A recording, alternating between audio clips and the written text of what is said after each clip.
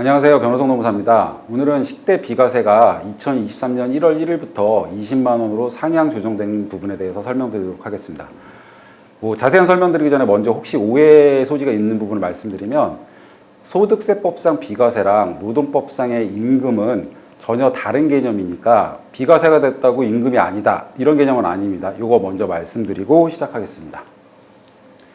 먼저 개정된 소득세법을 보면 기존에는 식대가 10만 원까지 비과세였어요. 이건 아마 많이 알고 계실 건데 월 10만 원까지 비과세였던 부분이 2023년 1월 1일부로 월 20만 원까지 비과세 되는 것으로 바뀌었습니다. 그래서 내년 23년 1월 1일부터 시행이고요. 그럼 저희가 비과세가 되면 어떤 게 바뀌는 거냐? 당연히 이제 세금을 적게 낸다. 이런 개념이잖아요. 근데 근로소득자한테 미치는 영향을 보면 먼저 근로자 측면에서 근로자는 저희가 모든 4대 보험료가 과세 기준으로 지금 부과가 되기 때문에 4대 보험료가 그만큼 적게 본인 부담금을 내게 돼 있고요. 다만 이제 산재는 회사만 내기 때문에 정확히 표현하면 산재는 제외한 나머지 보험료에 대해서 본인 부담금이 약 9%입니다. 약. 상황에 따라 약간 달라서 약 9%라고 말씀을 드리고요. 그리고 소득세가 절세 효과가 있겠죠. 그럼 소득세는 몇 프로냐? 개인의 소득 구간에 따라 다르기 때문에 정확하게 말씀드리기는 어렵고요. 개인의 소득에 따라 6%가 될 수도 있고 15%가 될 수도 있고 고소득자는 20%가 넘고 30% 넘을 수도 있습니다.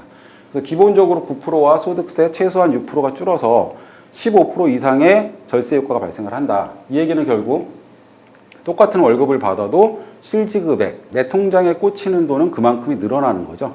최소한 10만 원을 비과세라면 한 달에 15,000원 이상의 실지급액이 늘어난다라는 거고요. 두 번째 이제 회사 측면에서도 4대 보험 같은 경우에는 근로자한테 급여를 지급을 할 때 원천징수를 해놓고 거기에 플러스 회사가 회사 부담금을 납부를 하게 돼 있기 때문에 회사도 요 회사 부담금 자체가 이제 줄어들게 됩니다. 회사 부담금은 산재까지 하면 약 10% 정도 됩니다. 그럼 회사 같은 경우에도 근로자 한 명에 10만 원 비과세를 늘리면 월 10,000원이 줄게 되는 거고요. 100명이면 100만 원, 1년이면 1,200만 원의 간접 인건비를 아끼는 효과가 있다. 그래서 결국은 근로자도 좋고 회사도 좋고 다 좋은 거다라는 말씀이고요. 여기서 제가 오늘 이제 이 촬영을 하는 가장 큰 이유는 세법이 개정돼서 식대가 이제 10만 원 비과세 됐다고 아무런 절차 없이 그냥 바꾸시면 노동법적으로 여러 가지 문제가 생기기 때문에 그 부분을 말씀드리는 게 핵심이고요. 제일 중요한 건 이 근로계약서입니다. 저희가 임금의 구성 항목은 근로계약서에 서면으로 명시해서 교부를 하게 되어 있거든요. 그래서 이건 근로기준법 제17조에 나와 있고요. 그러면 근로기준법 제17조에 따라서 임금의 구성 항목별 금액을 근로계약서에 명시를 해서 서면으로 교부를 해야 됩니다. 물론 전자문서법에 따른 전자교부도 가능하고요. 그러면 이번에 저희가 10만 원의 비과세가 늘어났다. 그러면 두 가지 방식이 있을 겁니다. 크게 보면 월 급여 총액은 유지를 하고 결국 예를 들어서 300만 원의 월 급여 총액이었는데 기본급이 290만 원이었고 식대가 10만 원이었어요. 이렇게 구성이 되어 있는 회사가 내년 1월 1일부터 기본급 월 300만 원은 고정한 채로 결국 기본급에서 10만 원을 줄이고 식대 10만 원을 증액하는 경우 결국 임금 인상의 개념은 없이 항목을 조정을 해서 비과세 효과를 보겠다. 이런 경우가 있겠죠. 이 얘기는 기본급은 280이 되고 식대가 20만 원이 되는 거거든요. 그럼 기본급도 바뀌고 식대도 바뀝니다.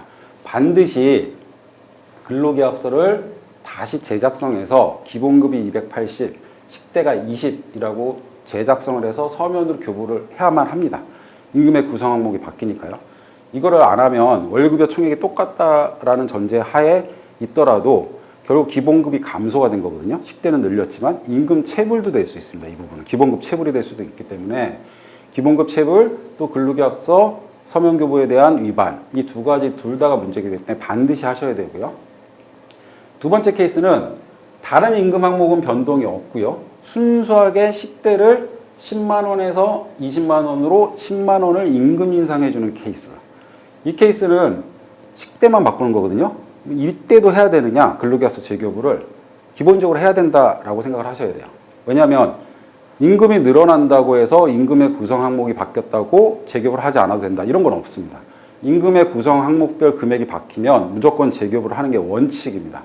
이건 다시 두 가지 좀 나눠보면 저희가 취업규칙이요. 취업규칙이라는 거에 식대는 10만 원으로 한다라고 명시가 돼 있던 회사였어요. 그런 경우랑 식대를 지급한다라고만 명시가 되어 있는 회사 두 가지 케이스. 첫 번째는 식대 금액이 특정되어 있지 않은 경우, 결국 취업규칙에는 식대를 지급할 수 있다라고만 해놓고 근로계약서에서 10만 원이라고 명시한 회사. 이 경우에는 근로계약서를 반드시 변경해서 서면으로 규부를 해야 됩니다. 왜냐하면 금액이 얼마인지가 취업규칙에도 안 나와 있었기 때문에 근로계약서를 무조건 다시 규부를 해야 되고요.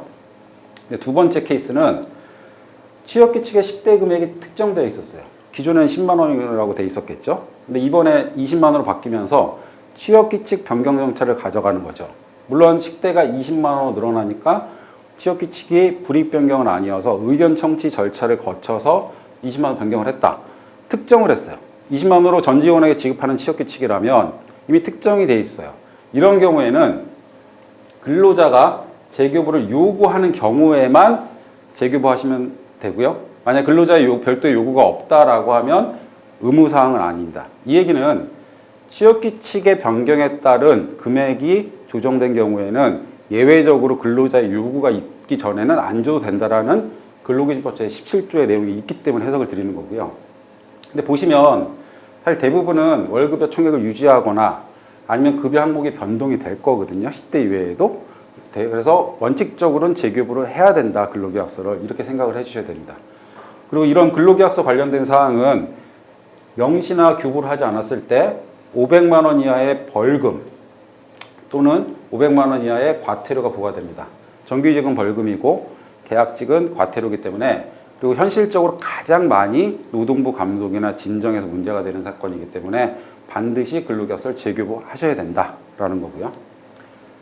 마지막으로 최저임금과의 관계를 말씀을 드리면 이건 사실 아시는 분들은 많이 아시는데 그래도 한번 조심하셔야 되는 부분이니까 저희가 식대는 최저임금일까요? 라고 질문을 드리면 일부만 최저임금이다라는 게 사실은 정답이에요. 이 표를 보시면 복리후생적 임금 중에 퍼센테이지가 막 돼 있죠. 이게 무슨 얘기냐면 복리후생적 임금, 대표적으로 이런 식대랑 차량유지비 이런 거는 일부를 제외하고 최저임금에 산입됩니다. 통상임금하고 달라요. 최저임금은. 근데 일부를 제외하는데 뭘 제외하느냐? 최저임금 월 환산액의 일정한 비율. 이거는 빼고 나머지를 최저임금에 넣어줘요. 그럼 그 비율이 몇 프로냐? 내년 기준으로 1%예요. 이게 19년부터 7%, 5%, 3% 쭉쭉쭉 해서 사실 2024년에는 모든 복리후생적 임금은 최저임금에 산입돼요. 현재 과도기적 과정을 거치고 있고요.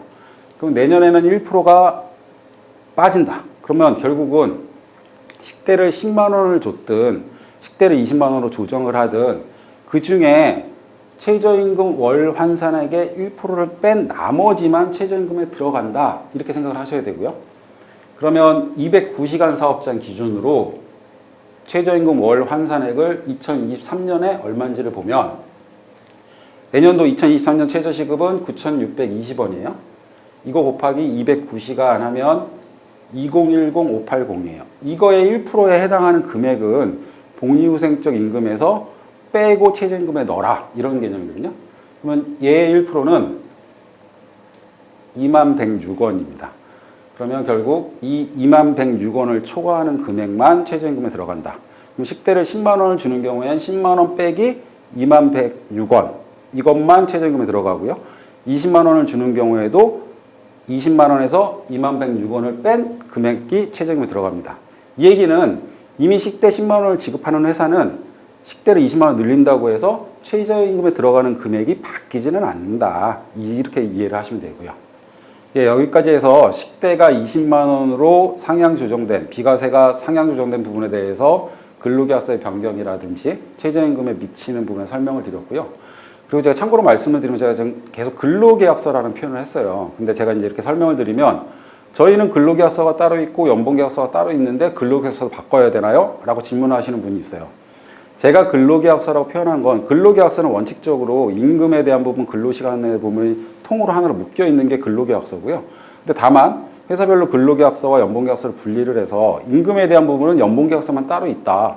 그리고 이 연봉계약서만 1년 단위로 갱신하고 있다. 그러면 지금 이 임금에 대한 부분만 변경되는 거니까 연봉계약서만 바꾸시면 되겠죠. 그래서 제가 말씀드린 근로계약서는 근로계약서, 연봉계약서 다 포함되는 거고요. 연봉에만 바뀌는 부분은 연봉계약서만 변경하시면 된다라는 말씀 드리겠습니다. 감사합니다.